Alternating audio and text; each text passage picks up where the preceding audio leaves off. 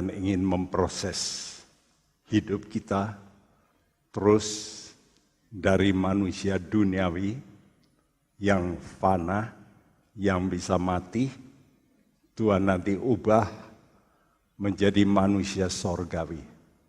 Dari yang hina menjadi mulia. Ya, dan itu digambarkan sebagai kayu diambil dari pohon. Kita ini semacam pohon yang bisa berbuah baik atau tidak baik. Ya. Oleh karena itu kita mesti dikerjakan hidup kita seperti kayu sitim yang diambil di padang gurun lalu dijadikan papan lalu dijadikan rumah Allah. Nah, begitulah hidup kita. Salah satu perabot di dalam tabernakel atau kemah suci yang paling sangat penting itu yang disebut tabut perjanjian. Dan tabut perjanjian ini terdiri dari dua bagian, yaitu tabut yang di bawah dan di atasnya yang disebut tutup grafirat atau tutup pendamaian. Ya, tabut yang di bawah ini menggambarkan gereja. Jadi ini merupakan lambang daripada gereja, dan tutup grafirat itu lambang daripada Tuhan kita Yesus Kristus. Kita sudah belajar minggu lalu bahwa ukuran panjang lebar dari tabut maupun tutupan grafirat tepat sama. Ini artinya kita harus diproses supaya ukuran rohani kita sama dengan Kristus. Mungkin kita berkata, bagaimana mungkin dia itu anak Allah, dia itu Allah. Tidak begitu, dia menjadi manusia. Betul-betul manusia. Namun dia mau taat, mau menurut. Nah, kita diberi teladan, yaitu Yesus. Ya, minggu lalu diakhiri dengan kata-kata ini, orang pilihan yang menjadikan Yesus itu Tuhan dan Kristus itu seperti dengan tabut yang berada tepat di bawah tutup pendamaian. Dan itu digambarkan oleh Tuhan sebagai dua hal, yaitu yang pertama kepala dan tubuh. Kalau orang mempunyai kepala yang pandai, pasti tubuhnya ini pasti nanti terpelihara. Lihat, orang-orang yang pandai-pandai, pasti tubuhnya itu terjaga. Tapi kalau sudah melihat orang-orang yang tidak mau belajar, hidupnya di kolong jembatan, tubuhnya itu pakaiannya compang-camping. Nah, jadi tubuh kita ini merefleksikan siapa kepalanya. Karena itu kita ini sebagai tubuhnya Kristus harus merefleksikan Yesus kepala kita. Kalau kita bisa diatur oleh Tuhan, pasti hidup kita ini indah, baik. Yang kedua, Tuhan mengumpamakan hubungan kita dengan Kristus itu sebagai mempelai laki dan mempelai wanita. Kalau ada seorang mempelai laki-laki yang kaya raya, pandai, tampan, berhikmat, dia lalu meminang seorang wanita ya yang miskin, maka saya pastikan wanita ini akan bahagia. Kenapa? Karena dijamin hidupnya oleh sang pria yang luar biasa. Begitu juga kita dengan Kristus. Kalau kita menjadi jemaat Tuhan yang benar-benar mau taat kepada Tuhan, mau tunduk, maka Tuhan sebagai mempelai laki-laki akan memelihara kita dengan baik. Ya, karena itu saudaraku, terimalah yaitu tutupan grafirat ini, yaitu Yesus. di dalam kehidupan kita. Kalau sudah menerima Yesus dalam hidup, maka salah satu berkat terpenting, saya katakan terpenting, adalah perlindungan. Sekarang ini orang betul-betul sudah tahu apa artinya perlindungan. Ya, dulu orang tidak memikirkan, sekarang ini begitu banyak uang dipakai untuk menjaga supaya kehidupan kita ini bisa terlindung. Di rumah dipasang pagar, dipasang kunci, dipasang ini, pasang CCTV. Kenapa? Itulah perlengkapan-perlengkapan. Kenapa demikian? Sebab itu untuk keamanan. Ingat, begitu Yesus lahir, dia sudah diincar. Dengan apa? Dengan maut. Benar? Sampai satu kota itu dibunuh gara-gara Herodes berpikir bahwa Yesus itu ada di Bethlehem. Maka satu kota, bayi-bayi yang umur 2 tahun ke bawah dibunuh semua. Kenapa? Karena Yesus diincar oleh iblis. Begitu juga Musa. Waktu dia lahir, maka ada dekret, semua anak laki-laki harus dibuang ke sungai. Mengapa begitu? Karena iblis juga tahu rencana Allah penebusan terhadap orang Israel. Karena Tuhan sudah bicara dengan Bapak Abraham, keturunanmu keempat nanti akan keluar dari Mesir.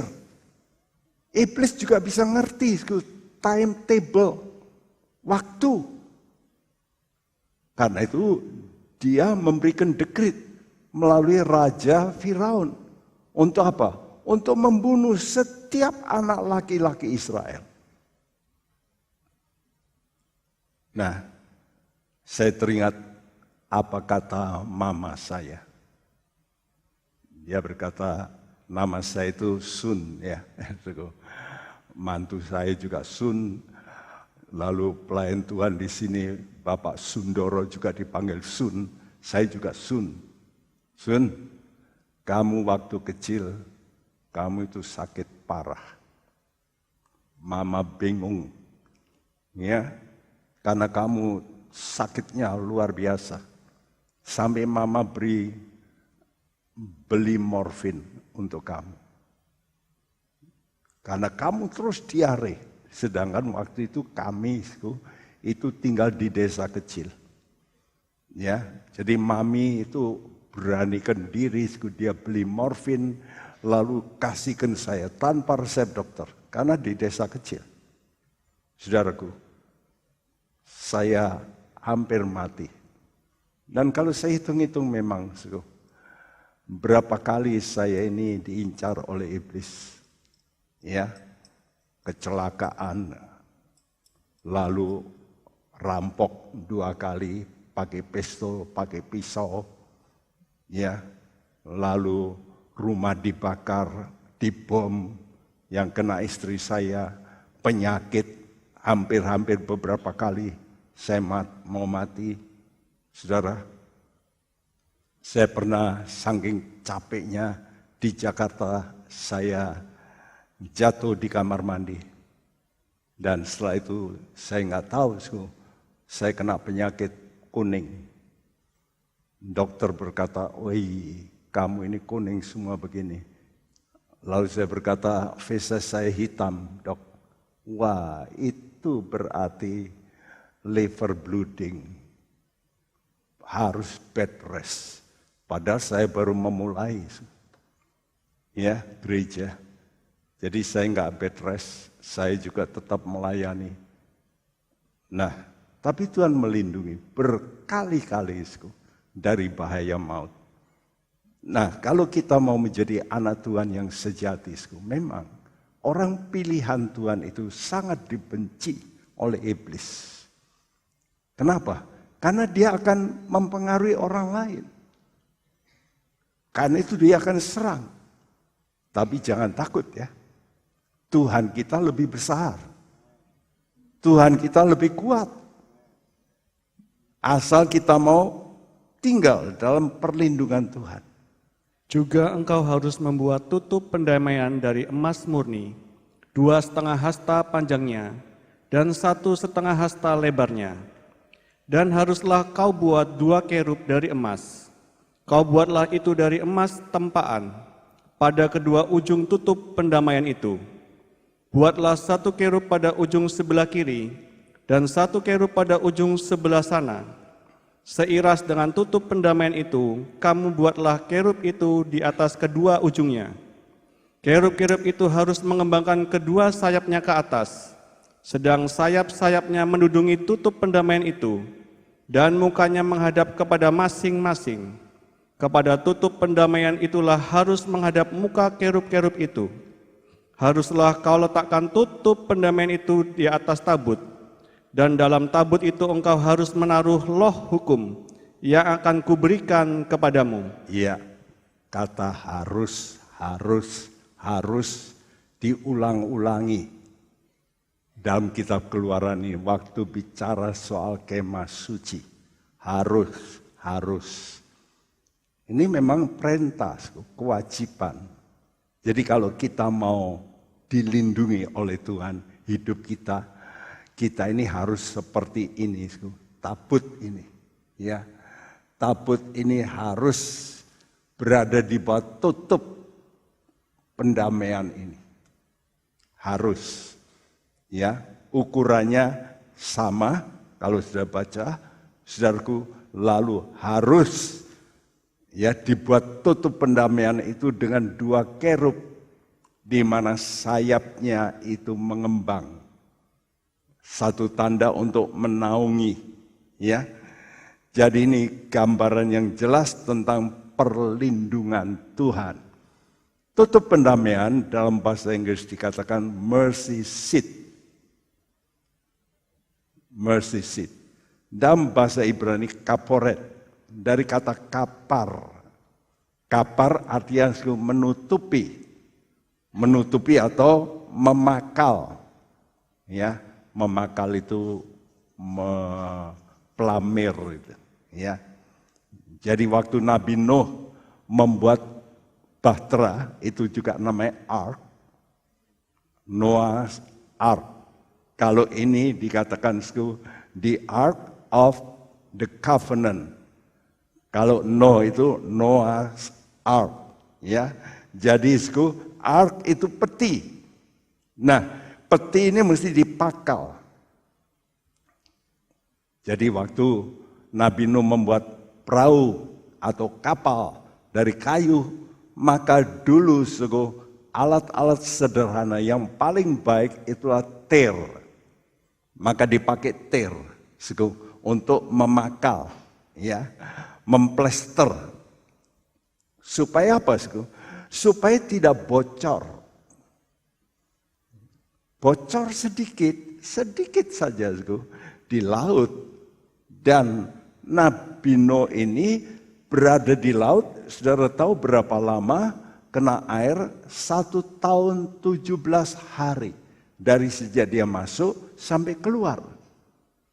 Kalau ada bocor sedikit, pasti nanti lama-lama bahtera itu akan tenggelam. Dan pasti penumpangnya akan mati. Ya. Begitu juga dalam kehidupan kita. Kalau kita ada celah bocor, di mana perlindungan ini bocor, maka iblis itu akan cari celah. Ingat ya, kita ini mesti hati-hati, karena iblis ini benci dengan namanya kebenaran. Dia benci dengan kehidupan. Dia disebut oleh Tuhan apa? Pembohong dan pencuri. Iblis datang untuk pertama mencuri, membinasakan, membunuh, lalu membinasakan. Mencuri, membunuh, membinasakan. Nah, membinasakan ini yang puncak. Ini berarti maut, kematian kekal. Ya, kata kaporet selain mempunyai arti menutupi, itu juga artinya menebus, memperbaiki kesalahan, mendamaikan, membatalkan. Dan khususnya untuk kita, itu untuk mengatasi yang namanya kuasa dosa. Kalau kita berbuat dosa, maka dosa itu, kata dosa pribadinya itulah setan. Dia ada peluang untuk apa? Untuk masuk bekerja. Karena itu kalau saudara suka bohong, iblis itu akan tinggal dalam hidupmu, dia ada peluang untuk mengobrak-abrik hidupmu.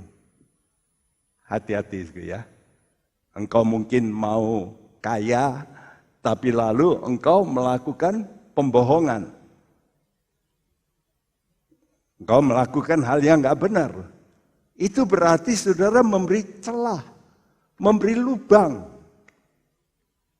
lubang kunci untuk iblis lalu bekerja. Karena itu nanti saudara akan mengalami yang disebut macam-macam hal. Nah, kata ini ya, kata kaporet yang diambil dari kata kapar itu dipakai khususnya pada hari raya pendamaian yang dikenal dalam bahasa Ibrani Yom Kippur. Saudara tahu Yom Kippur adalah salah satu hari raya yang terbesar ya, selain Paskah. Itulah hari raya ke-6. Ada 7 hari raya Israel. Dan ini semua merupakan satu peta saman ya, dari Paskah sampai Pondo Daun. Itu artinya dari Yesus mati sampai kedatangan Tuhan kedua. Nah, hari raya ke-6 sebelum hari raya ke-7 itu disebut hari raya pendamaian. The Atonement Day, di mana manusia itu harus didamaikan dengan Allah. Caranya yaitu imam besar pada hari raya pendamaian itu masuk. Dan ini hanya boleh setahun sekali. Imam besar itu masuk ke ruangan Maha Kudus. Tidak boleh tiap hari, hanya setahun sekali. Untuk mengadakan apa? Untuk mengadakan pendamaian antara bangsa umat dengan Allah. Ya, caranya dengan apa? Caranya dengan korban. Maka imam ini harus memotong pertama lembu jantan untuk penghapus dosanya sendiri dan keluarganya. Lalu dia juga memotong yang kedua, domba jantan. Untuk apa? Untuk menghapus seluruh dosa umat Israel. Jadi perhatikan, untuk imam-imam pelayan-pelayan Tuhan, korbannya itu apa? Lembu jantan. Tapi untuk seluruh Israel, itu domba jantan. Mana yang lebih mahal? Lembu. Berapa kali harganya? Apa artinya? Ini artinya, bagi seorang pelayan Tuhan, korban Yesus itu bukan main mahalnya. Ya, karena itu kita mesti mengerti, bandingannya seperti itu ya.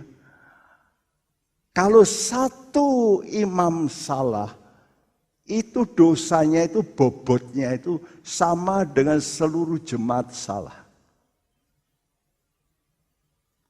Sekali lagi, kalau saya berdosa, itu bobotnya di mata Tuhan, itu sama dengan semua saudara yang berdosa. Seperti itu. Saya baca ini, wah. Ini bahaya nih jadi pendeta ya. Kalau pendeta salah, hukumannya itu lipat-lipat kali dari orang biasa. Benar. Dia ngeri. Ya, saudara. Nah, jadi imam besar ini masuk ke ruangan Maha Kudusku, memercikkan darah di atas tutup pendamaian ini. Untuk apa, Untuk membatalkan dosa. Karena itu kata kapar itu artinya membatalkan, mendamaikan, membatalkan semua dosa para imam, keluarganya, seluruh umat Israel, termasuk kemah, tempat kudus. Itu supaya dibersihkan. Itu harga pembayarannya. Dan ini dilakukan setahun sekali. Saudaraku, ini momen di mana imam besar masuk ke ruangan Maha Kudus itu momen yang paling menegangkan bagi orang Israel. Orang Israel berkemah, menunggu. Waduh, kenapa? Karena imam besar itu pakai pakaian jubah yang ada giring-giring emasnya di jubahnya, di ujungnya. Jadi kalau dia jalan bunyi ting ting ting ting ting ting. Artinya kalau ada bunyi ting ting, dia hidup. Kalau enggak bunyi berarti dia mati. Jadi umat yang di luar ini tegang. Apakah dosa kami diampuni enggak ya? Kalau tidak, imam besar itu akan mati. Ya, kenapa? Karena imam besar ini masuk tempat Maha Kudus. Di mana tempat ini disebutkan tahta Allah. Nanti Anda baca itu ya. Jadi ada tulisan-tulisan, nanti dipelajari di rumah. Begitu, saya harapkan itu namanya Bible study. Jadi saudara setelah dapat lembaran, jangan ditaruh begitu aja. Apalagi untuk dipotong-potong untuk anak-anakmu jadi mainan untuk burung-burungan. Coba dibaca ulang ayat-ayatnya itu, saya tuliskan Keluaran 25, di mana ini tabut ini tempat di mana Allah bertahta, Allah diam. Ya. Nah, kalau Tuhan tidak berkenan, imam besar itu mati. Ya, tapi kalau berkenan, maka terjadi apa? Cahaya keluar dari tutup pendamaian itu. Lalu tembus. Ya, karena atapnya ini dari kain semua, dan dari kulit. Itu tembus cahaya itu. Sehingga orang di luar, umat Israel yang melihat itu, wah, mereka bersorak-sorak. Wah, kami diampuni. Karena itulah momen semua dosa itu diampuni. Jadi mereka bersorak-sorak semua. Nah, cahaya itu disebut Shekinah glory. Kata-kata ini enggak ada di Alkitab. Ini dalam tulisan orang Yahudi. Ya, saudaraku, Shekinah glory dan umat bersorak-sorak. Yuk kita baca Imamat. Lalu ia harus mengambil sedikit dari darah lembu jantan itu dan memercikkannya dengan jarinya ke atas tutup pendamaian di bagian muka, dan ke depan tutup pendamaian itu ia harus memercikkan sedikit dari darah itu dengan jarinya 7 kali.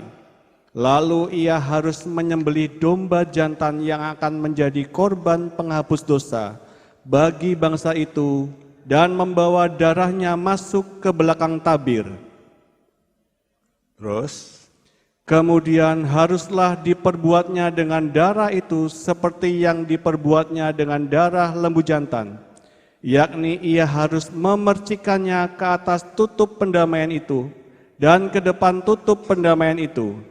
Dengan demikian ia mengadakan pendamaian bagi tempat kudus itu, karena segala kenajisan orang Israel dan karena segala pelanggaran mereka, apapun juga dosa mereka. Ya, apapun juga dosa mereka. Jadi hari ini hari sangat besar bagi orang Israel. Karena saat itu adalah saat pendamaian, semua dosa kesalahan dihapus bersih, total, ya. Jadi total, ya. Nah, pelanggaran atau dosa itu memberi peluang. Peluang bagi siapa? Bagi iblis untuk bekerja. Iblis atau yang disebut setan, ya. Dalam bahasa Ibrani katakan Satan. Satan itu artinya adversary, pelawan. Kalau kata iblis itu artinya pendakwa. Jadi kerjaan iblis apa? Mendakwa dan melawan Tuhan. Melawan hukum Tuhan. Karena itu saudara diajak untuk melanggar hukum Tuhan. Nah, kalau saudara mau, saudara nanti menjadi temannya. Iblis akan berteman dekat dengan Anda. Wah, ini yang bahaya. Itu artinya saudara memberi peluang kepadanya. Ya. Dan kalau dia masuk dalam kehidupan kita, dia akan membuat apa? Malapetaka, bencana-bencana. Dan paling puncak, itulah kematian.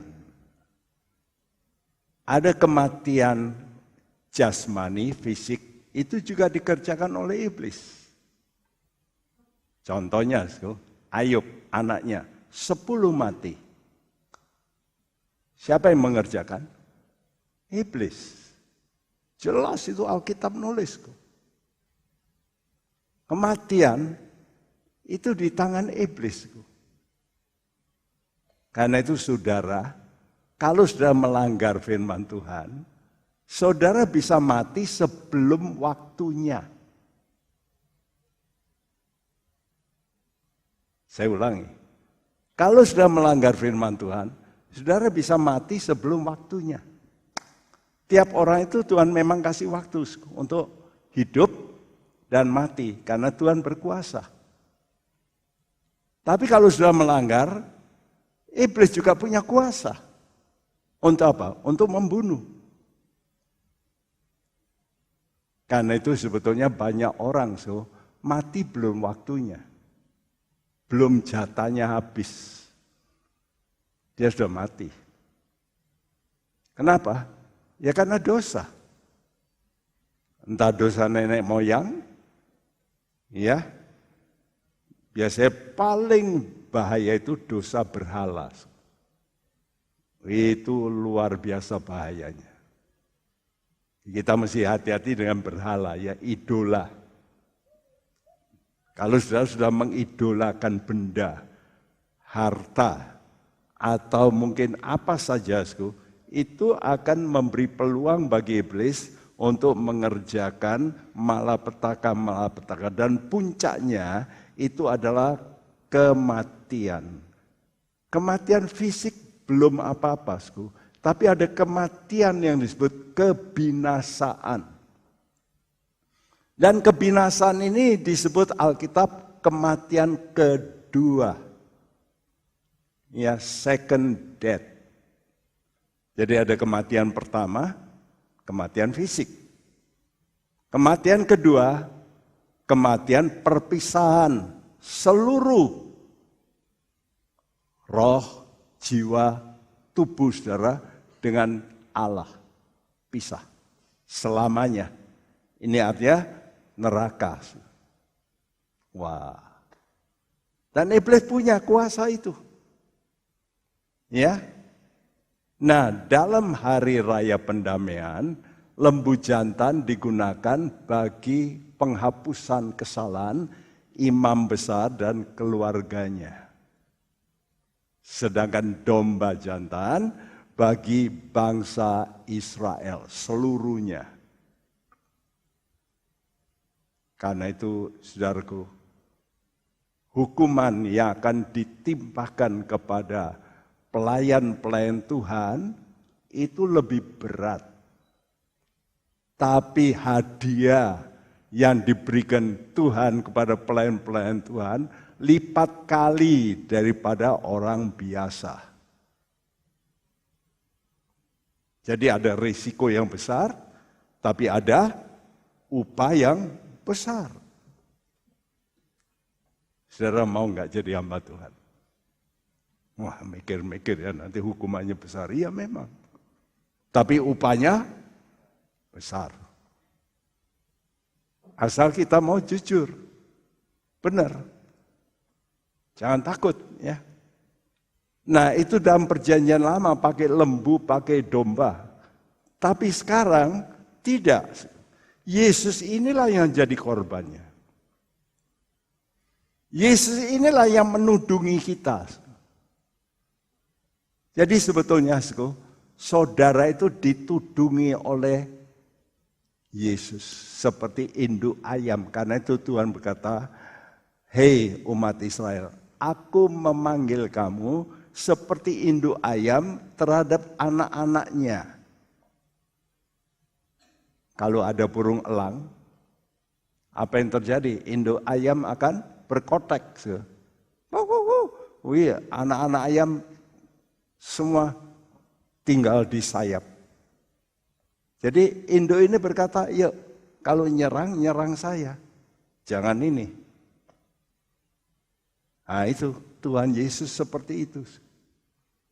Ingat ya, kalau Anda cinta pada Tuhan, Tuhan akan menjadi substitusi dalam perlindunganmu. Dia yang jadi perisaimu, penjagamu. Karena itu dia mati di atas kayu salib dengan ngeri, dihajar, habis diseret, dipukul. Itu untuk apa, Untuk segala kesalahan kita.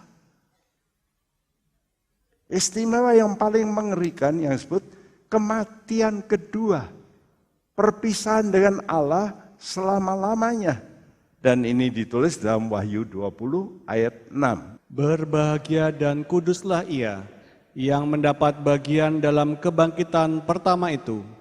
Kematian yang kedua tidak berkuasa lagi atas mereka, tetapi mereka akan menjadi imam-imam Allah dan Kristus. Dan mereka akan memerintah sebagai raja bersama-sama dengan dia 1000 tahun lamanya. Berbahagialah. Siapa yang berbahagia? Yang masuk dalam kebangkitan pertama. Ingat ya, ada kematian pertama, ada kematian kedua. Ada kebangkitan pertama, ada kebangkitan kedua. Berbahagia kalau orang masuk kebangkitan pertama. Apa itu kebangkitan pertama? Kebangkitan dari antara orang mati. Jadi yang lain masih mati, saudara bangkit lebih dulu, kamu bahagia. Selamat itu. Tapi kalau kamu masuk rombongan semua bangkit, celaka. Berarti kamu akan masuk neraka. Sekali lagi, siapa yang lebih dulu bangkit dari antara orang mati, dia akan selamat. Tapi kalau semua dibangkitkan, itu namanya kebangkitan kedua, saudara akan dihukum dalam api neraka. Karena itu kita mesti bisa masuk dalam kebangkitan pertama.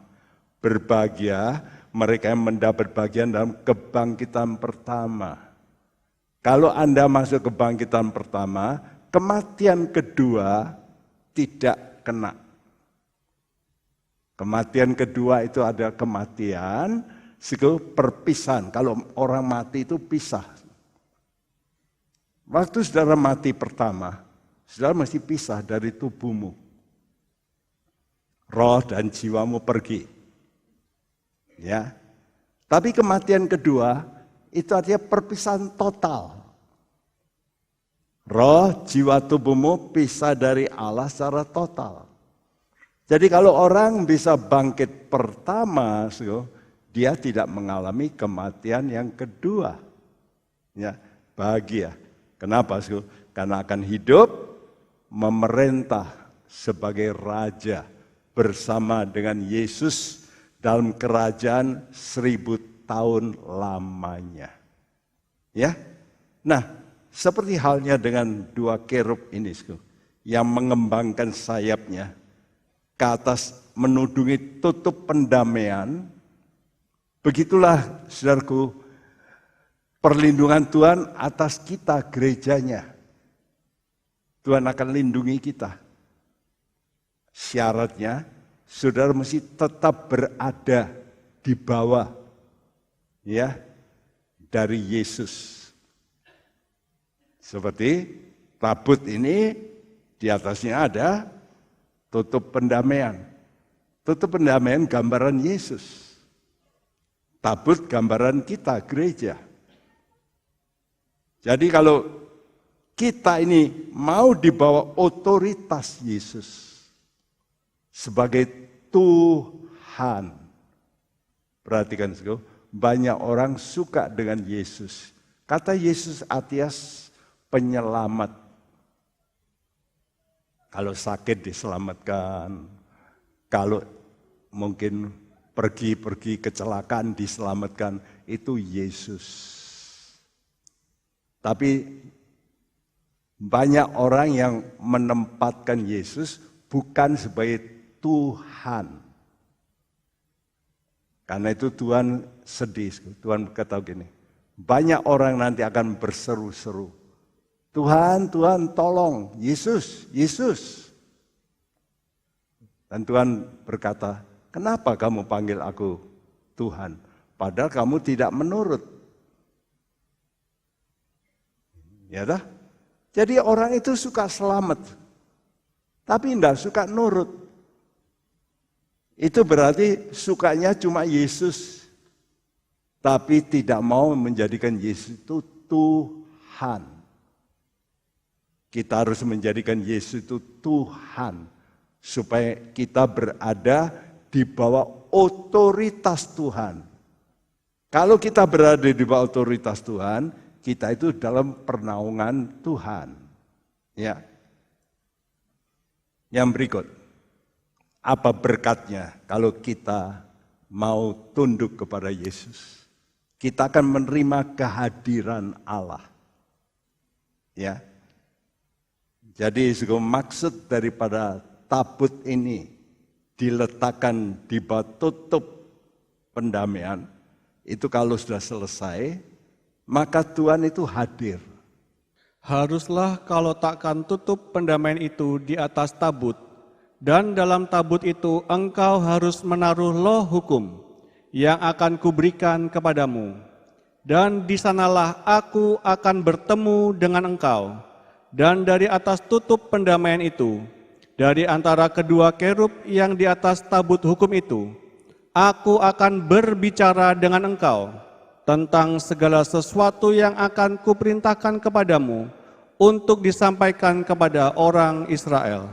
Ya, kamu harus membuat tabut itu di mana kamu taruh loh hukum. Dan kalau kamu sudah selesai, maka aku akan bertemu dengan kamu. Ini artinya kehadiran. Karena itu saya kasih warna merah juga. Putih yang disalut merah. Aku akan bertemu dengan engkau. Dan apa gunanya bertemu? Apakah cuma Tuhan cuma datang? Tidak. Dia akan apa? Aku akan berbicara dengan kau. Jadi ada dua hal. Bertemu dan bicara. Wah, Saudara, seorang perwira waktu hambanya sakit, orang-orang berkata, Tuhan tolonglah, itu orang baik. Waktu Tuhan mau datang, perwira ini berkata, enggak perlu Tuhan datang, omong saja. Satu patah kata Tuhan, pasti anakku sembuh. Enggak perlu kamu datang. Jadi ucapan Tuhan itu dahsyat. Waktu dia ciptakan dunia, Tuhan cuma ngucap. Jadi, terang. Langsung terang jadi. Itu cuma ucapan. Itulah Tuhan. Jadi kita punya Tuhan yang maha kuasa. Ya. Nah, di dalam tabut ini ada 3 benda. Ini sudah kita terangkan yang lalu, ya. Yang pertama itulah loh batu ini yang di tengah. Yang kedua buli-buli emas yang diisi dengan mana. Ketiga tongkatnya Harun. Tongkat ini lalu bisa berbuah. Padahal itu tongkat. Kita sudah terangkan ya, kenapa kok sampai ditaruh tongkat ini. Karena orang-orang, sebagian orang iri. Kenapa kok Musa dan Harun aja yang jadi imam. Lalu Tuhan kata, oke, semua kepala suku ya menaruh tongkatnya di tabut. Besoknya dibuka, tongkatnya Harun, yang tadinya tongkat, kayu mati, bertunas. Lalu bisa berkembang, berbuah. Untuk apa, Untuk meredahkan perdebatan. Ya, dari 3 ini, yang paling utama itu ini. Ini buli-buli berisi emas, buli-buli emas berisi mana, itu sebagai peringatan saja. Tuhan kata, ini ditempatkan supaya orang Israel ingat mereka 40 tahun dipelihara Tuhan di padang gurun tiap hari. Makanannya apa? Cuma mana. Tiap pagi mereka ambil, dan dari makan mana itu tidak ada yang sakit selama 40 tahun. Jalan tidak ada yang bengkak kakinya. Wih, makanan apa itu? Itu namanya healthy food ya. Makanya sekarang ini healthy food mahal bukan main. Tapi kadang-kadang dibujui kita. Betul nggak? Dibohongi. Organik, tapi kadang-kadang bukan organik. Ya ditulis saja organik. Ya, tapi waktu Tuhan kasih mana, 40 tahun, mereka sehat semua. Nggak ada yang sakit. Wah, itu pemeliharaan Tuhan. Dan itu diperingatkan di sini. Ya, buli-buli berisi emas. Buli-buli emas berisi mana maksudnya. Lalu tongkat Harun ini juga sebagai peringatan. Waktu mereka berdebat, Tuhan kata itu hakku ya memilih.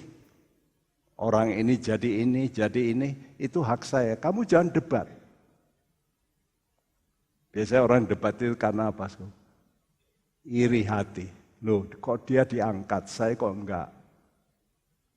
Karena ribut, maka Tuhan minta tongkat-tongkat dari semua pemimpin itu dikumpulkan, dimasukkan ke peti. Besoknya dibuka, tongkat Harun yang berbuah. Nah, supaya mereka tahu, iya ya. Kalau gitu ini orang pilihan memang. Tuhan memilih suku Lewi. Ya. Jadi isi tabut dalam tabernakel Musa itu beda dengan saat Salomo membuat kemah sembahyang.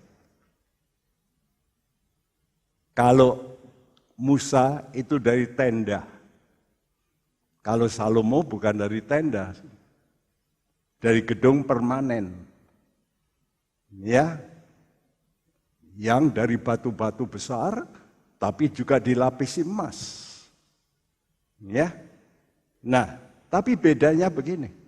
Dalam tabut itu tidak ada apa-apa selain dari kedua loh batu yang diletakkan Musa ke dalamnya di Gunung Horeb, yakni loh-loh batu bertuliskan perjanjian yang diadakan Tuhan dengan orang Israel pada waktu perjalanan mereka keluar dari tanah Mesir. Ya, kalau sudah baca Alkitab begini kan saudara lompati, ya enggak ada, saya enggak urusan. Ya, tapi ini mempunyai arti, ya. Kenapa di Musa, zamannya Musa, selain loh batu, ada buli-buli emas, berisi mana, dan tongkat Harun. Tapi waktu ada bait Salomo, itu cuma loh batu saja. Mengapa? Dan ini merupakan gambaran, ya, gambaran bahwa zaman Salomo itu nanti Tuhan akan mencipta satu kerajaan damai. Karena itu zamannya Raja Salomo itu damai sejahtera. Nah, Tuhan juga nanti akan mendirikan kerajaan di muka bumi selama 1000 tahun. Itu damai. Enggak ada orang ngebom, enggak ada. Ya, dan kutuk atas bumi dicabut oleh Tuhan. Jadi enggak ada nyamuk, demam berdarah, enggak ada. Enggak ada duri, onak, enggak ada, hilang. Jadi nanti Tuhan ubah zaman yang akan datang itu seperti zamannya Adam dulu sebelum jatuh dalam dosa di Taman Eden. Ya, binatang-binatang tidak bermusuhan. Makanannya apa? Rumput, semua. Anak-anak nanti mainan sama ular, nggak apa-apa. Ya, sama domba, sama singa. Singa dekat domba, nggak apa-apa, nggak makan. Itu zamannya Adam itu begitu. Dan itu nanti Tuhan buktikan lagi. Akan ada datang hari itu. Dan Tuhan pernah buktikan dalam skala kecil. Di mana? Ya di kapalnya Nuh. Betul?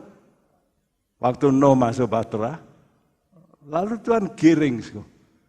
Dengan naluri binatangnya masuk ke situ. Singa masuk bahtera. Nah kalau singa masuk bahtera, di situ ada ayam dimakan, betul nggak? Tapi kenapa kok enggak makan? Berubah. Sifatnya kembali seperti zaman Adam sebelum jatuh dalam dosa. Itu Allah itu hebat. Coba kalau enggak begitu, saudara sekarang tidak bisa menikmati ayam, lembu, sapi habis oleh singa. Saudara enggak keduman bahasa Inggrisnya. Enggak keduman. Enggak bisa makan. Ya. Ya, bahkan Nuhnya juga dicaplok. Betul? Tapi kenapa bisa hidup? Ya karena singanya berubah. Bisa. Buktinya Daniel di lubang singa enggak diapa-apakan. Bisa. Allah itu berkuasa. Ya. Nah, mengapa kok hanya ada ini? Ya, loh batu. Jadi hal ini melambangkan kerajaan Salomo itu merupakan profil dari kerajaan akan datang yang disebut kerajaan 1000 tahun damai. Ya, dan dalam kerajaan 1000 tahun damai tidak ada lagi perdebatan, enggak ada. Enggak perlu lagi peringatan perlindungan Tuhan. Kenapa? Karena Tuhan sendiri yang jadi raja nanti. Tuhan memerintah di muka bumi ini. Karena itu yang ada cuma satu, yaitu loh batu ini. Artinya inilah firman Tuhan. Jadi kalau kita mau hidup nanti dalam zaman 1000 tahun, saudara, firman Tuhan itu mesti ada dalam hatimu. Ya, dan kamu sekarang jangan belajar berdebat sama Tuhan. Jangan iri hati. Ya, kenapa dia diangkat? Kenapa saya tidak? Mestinya saya lebih pandai. Enggak. Tuhan itu memilih, ya. Jadi itu hak Tuhan. Karena itu yang terpenting itu hukum Tuhan. Apakah ada dalam hatimu? Kalau engkau punya hati, ada hukum Tuhan, engkau bisa masuk dalam kerajaan 1000 tahun itu. Ingat ya, hanya kalau firman-Nya disimpan dalam hatimu. Itu seperti loh hukum dalam tabut, maka Allah itu akan hadir dan bicara lagi. Dan ini caranya Tuhan. Caranya Tuhan itu tidak langsung kasih semuanya. Makanya Tuhan kasih dulu pada Musa lebih dulu. Setelah itu yang berikut kepada Samuel, kepada Daud, terus kepada raja ini, nabinya, lalu terakhir kepada rasul-rasul. Ya, jadi sepotong-sepotong naik. Begitu juga kita sekarang, itu namanya iluminasi. Jadi zamannya Musa tidak mengerti yang akan datang itu apa. Tidak banyak ngerti. Kita sekarang sudah mendapat semua wahyu ini. Tapi kita sekarang mesti ngerti. Nah, ini yang disebut iluminasi. Iluminasi ini juga dikasih Tuhan sepotong-sepotong. Siapa yang suka nyimpan dalam hati, maka Tuhan tambahi lagi, progresif. Karena itu ini gambar tabernakel. Lihat gambar ini. Ini tabernakel. Ya. Pintu gerbang, ini gambaran percaya Yesus sebagai pintu. Barang siapa masuk melalui aku. Jadi namanya pintu percaya. Kita bisa bersekutu dengan Tuhan.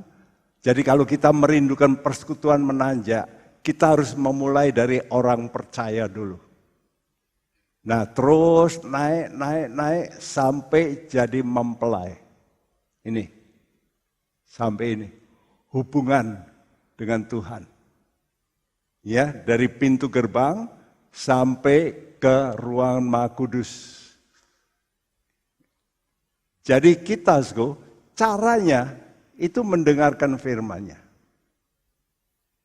Karena itu pesan yang diulang-ulang oleh Tuhan begini.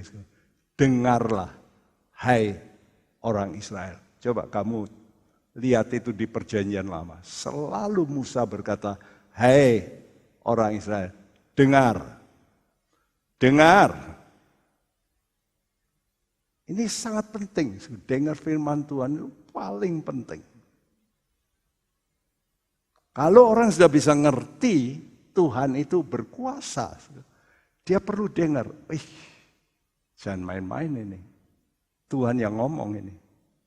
Barang siapa mempunyai telinga untuk mendengar, hendaklah ia mendengar. Lalu ia berkata lagi, camkanlah apa yang kamu dengar.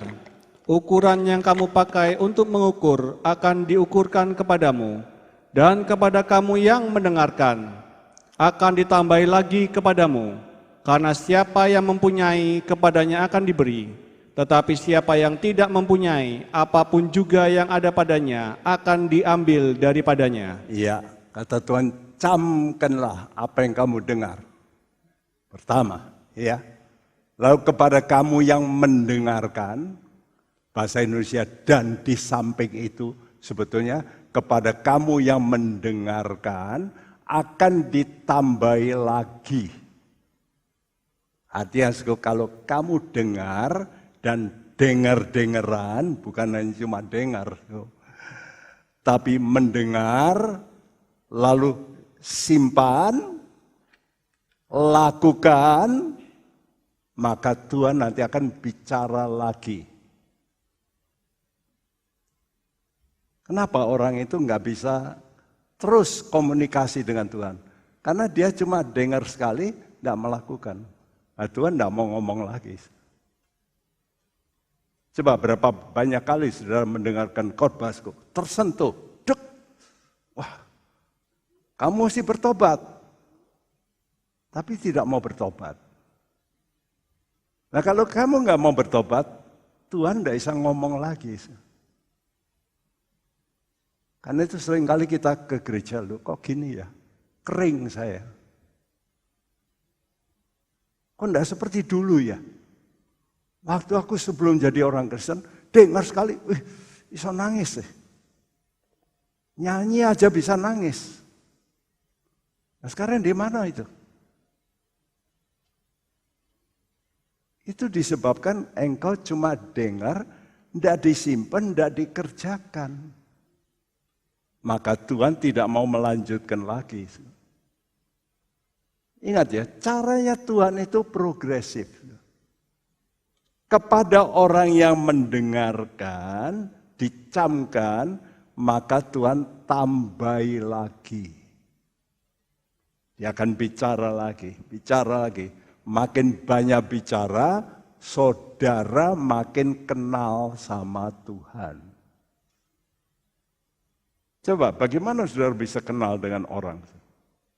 Kalau orang itu diam aja, tidak ngomong apa-apa, diam. Bisa kenal? Tidak bisa. Dalam hati siapa tahu. Betul? Tapi dari hati keluar melalui apa? Mulut.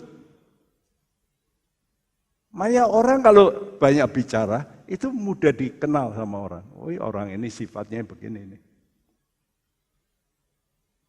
Tapi kalau diam terus, wah sukar ditebak. Karena itu memang kalau saudara berpacaran ya, terus pacarmu itu diam aja, wah kelihatan sekarang apik gitu ya, bagus gitu ya. Tapi dia suka diam aja. Nanti kalau sudah kawin, lu keluar semua yang jelek. Lu kok gini ya? Ya itulah. Untung orang itu diam tapi dia memang baik. Itu bagus. Ya. Sebab hati orang itu tidak bisa kita tahu kalau dia tidak ngomong. Benar enggak? Nah kalau dia ngomong, misalnya dia ceritakan, aku mau bunuh dia loh, aku mau gini gitu. Wah ini artinya jahat ini. Kita bisa kenal orang dari omongannya. Tuhan juga begitu ya. Jadi kalau saudara itu terus banyak dengar dari Tuhan, saudara itu makin kenal Tuhan dengan baik. Ini sangat penting. Sangat penting. Ya. Karena itu mari kita mau datang kepada Tuhan.